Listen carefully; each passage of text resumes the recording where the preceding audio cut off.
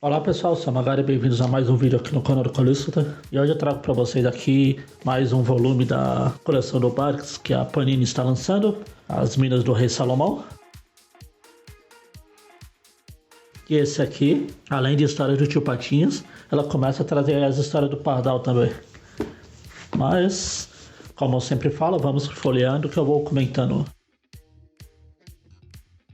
E o índice pode dar a impressão que são muitas histórias. Bom, na verdade são muitas histórias, mas é que as histórias do Pardal são em média 4 páginas, 5 páginas. Então o índice acaba ficando gigante. É tipo histórias curtas da coleção do Barks. A gente começa, claro, pelas Minas do Rei Salomão, que eu tenho para falar desse volume aqui.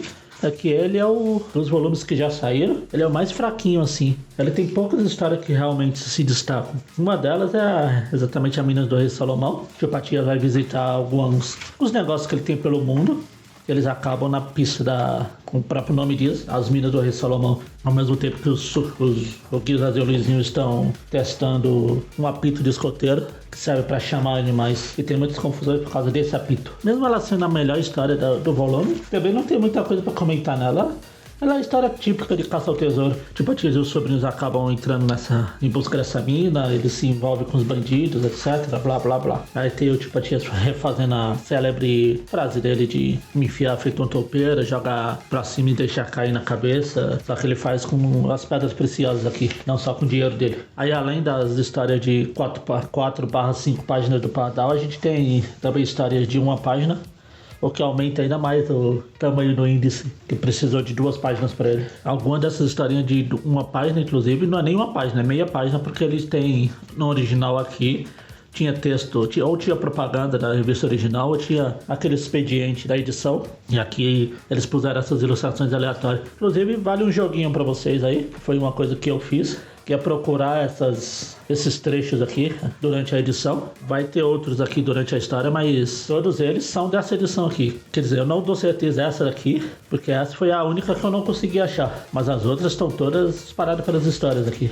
A Cidade dos Telhados de Ouro aqui, que é mais uma disputa do Donald com o Tio Patinhas. O Donald provoca falando que o Tio Patinhas só enriqueceu porque antigamente era mais fácil. Se fosse hoje em dia ele não conseguia. Aí os dois partem de igual para igual para ver quem consegue ganhar mais dinheiro em espaço de tempo. Como sempre acontece com essa família, eles sempre acabam indo envolvendo coisas de tesouros. Aqui eles encontram a Cidade das Telhas de Ouro do título, todos se dão bem, mas poderiam se dar melhores que, como no final aqui, o Donald acha que o Tio está voltando com um barril de arroz, só que é de ouro. Se fosse hoje em dia, o Tio Patinhas teria lucrado mais com o preço que tá. O Poço de Dinheiro que tem pra falar dele é que ele é uma cópia, /releitura, /remake da Nadando em Dinheiro, que foi publicada na Uncle Scrooge 1. Que é a primeira história longa do Tio Patinhas, como protagonista na revista dele mesmo. Os metralhas tentam roubar a caixa forte, Tio Patinhas corre pra tirar o dinheiro antes, só que ele acaba escondendo num lugar que é dos metralhas, blá blá blá blá. A única coisa que tem de relevante nessa história é que a gente vê o vovô Metralha pela primeira vez numa história, entre aspas, recente, atual, né? A outra vez que ele tinha aparecido era sair em flashback. Nessa história tem até o paralelo de alguma coisa que o Tio Patinhas está sofrendo, tipo lá. Naquela era as pílulas para memória, a memória estava falhando aqui. São os óculos que não estão mais servindo a propósito. E o Rio de Ouro, tirando a Poço de Dinheiro, que é o remake, essa é a história mais fraca da edição. E realmente não tem lá muito o que comentar. Eu acho que eu estou falando muito isso de não ter muito o que comentar, porque realmente a edição como um todo não tem muito o que comentar.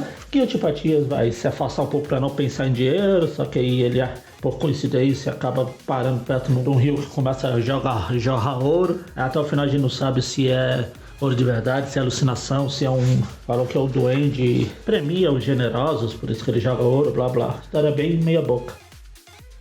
E aqui a gente começa as histórias do Pardal, metade da edição. Não vou entrar muito em detalhes nelas, porque elas são basicamente o Pardal inventando alguma coisa, essa coisa dando errado, e o Pardal tendo que lidar com isso. As duas coisas que tem para comentar é que nessas histórias, antigamente, tinha uma lei, um acordo, um contrato com a editora Adel, com os Correios, que se na edição tivesse mais de uma história, o preço de postagem seria menor. E se nessas duas histórias tivesse personagens diferentes, o preço seria menor ainda. Então, por isso que todas essas histórias do Pardal, elas estão no final das revistas do Tio Patinhas. E tinha uma história longa do Tio Patinhas, algumas dessas de uma página, e para fechar, para completar a edição, tinha uma do Pardal. Por causa desse tal acordo com os Correios, muitas dessas histórias, principalmente as primeiras aqui, a gente tinha coisas que, como não podia aparecer os patos, que eles normalmente já tinham aparecido na revista, na história do Tio Patinhas, que tinha sido publicado antes, a gente vê que, tipo assim, Pardal encontrando com o Chiquinho e Francisquinho, fica parecendo aquelas Zé Fraude que tinha aqui no Brasil. Como o Luguinho, o Zezinho e o Luizinho não podiam aparecer, eles apelaram pro Chiquinho e Francisquinho. Nessa história aqui, na próxima aqui do Inventor de Tudo, a gente vê o Speed, que é um personagem baixinho, que era pra ser o Donald. Só que quando chegou essa ordem para mudar os personagens, o Bark teve que mudar e inseriu esse personagem aleatório aqui. Tanto esse personagem aleatório era pra ser o Donald, e tem um quadrinho aqui, se vocês verem, vou dar um zoom aí pra vocês olharem.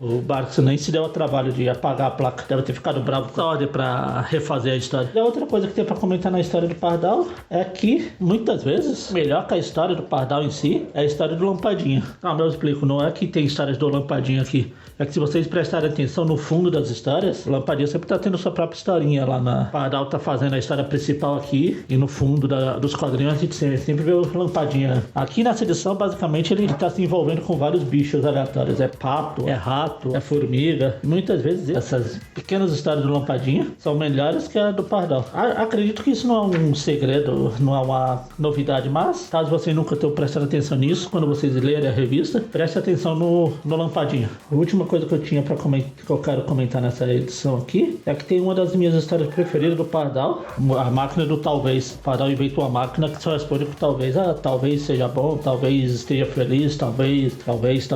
Eu lembro de ter dado muita risada quando eu li essa história pela primeira vez em alguma Disney especial aleatória. Como sempre, tem a galeria de capas e os textos, tem as notas, os textos sobre as histórias.